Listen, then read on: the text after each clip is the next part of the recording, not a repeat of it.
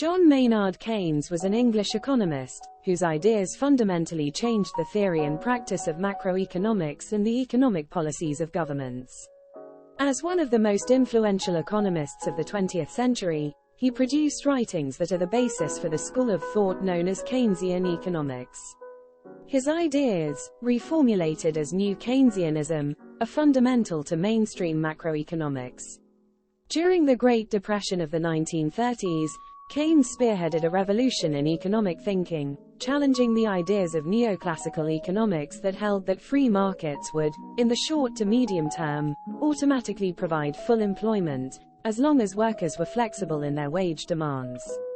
In his magnum opus, The General Theory of Employment, Interest and Money, which published in 1936, he argued that the level of employment is determined not by the price of labor, as in classical economics, but by the level of aggregate demand.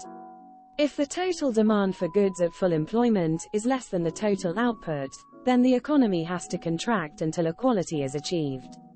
Keynes thus denied that full employment was the natural result of competitive markets in equilibrium.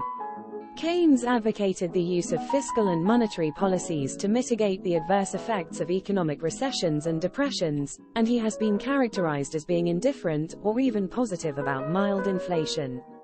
He had indeed expressed a preference for inflation over deflation. The general theory caused a profound shift in economic thought, giving macroeconomics a central place in economic theory and contributing much of its terminology, the Keynesian revolution.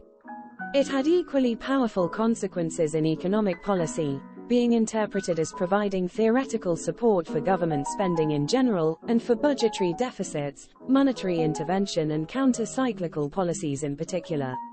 It is pervaded with an air of mistrust for the rationality of free market decision-making.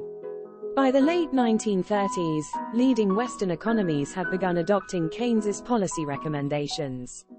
Almost all capitalist governments had done so by the end of the 2 decades following Keynes's death in 1946. Keynes's influence started to wane in the 1970s, partly as a result of the stagflation that plagued the Anglo-American economies during that decade, and partly because of criticism of Keynesian policies by Milton Friedman and other monetarists, who disputed the ability of government to favorably regulate the business cycle with fiscal policy. However, the advent of the global financial crisis of 2007-2008 sparked a resurgence in Keynesian thought. Keynesian economics provided the theoretical underpinning for economic policies undertaken in response to the financial crisis of 2007-2008 by heads of governments around the world. When Time magazine included Keynes among its most important people of the century in 1999, it reported that Keynes's radical idea that governments should spend money they don't have may have saved capitalism.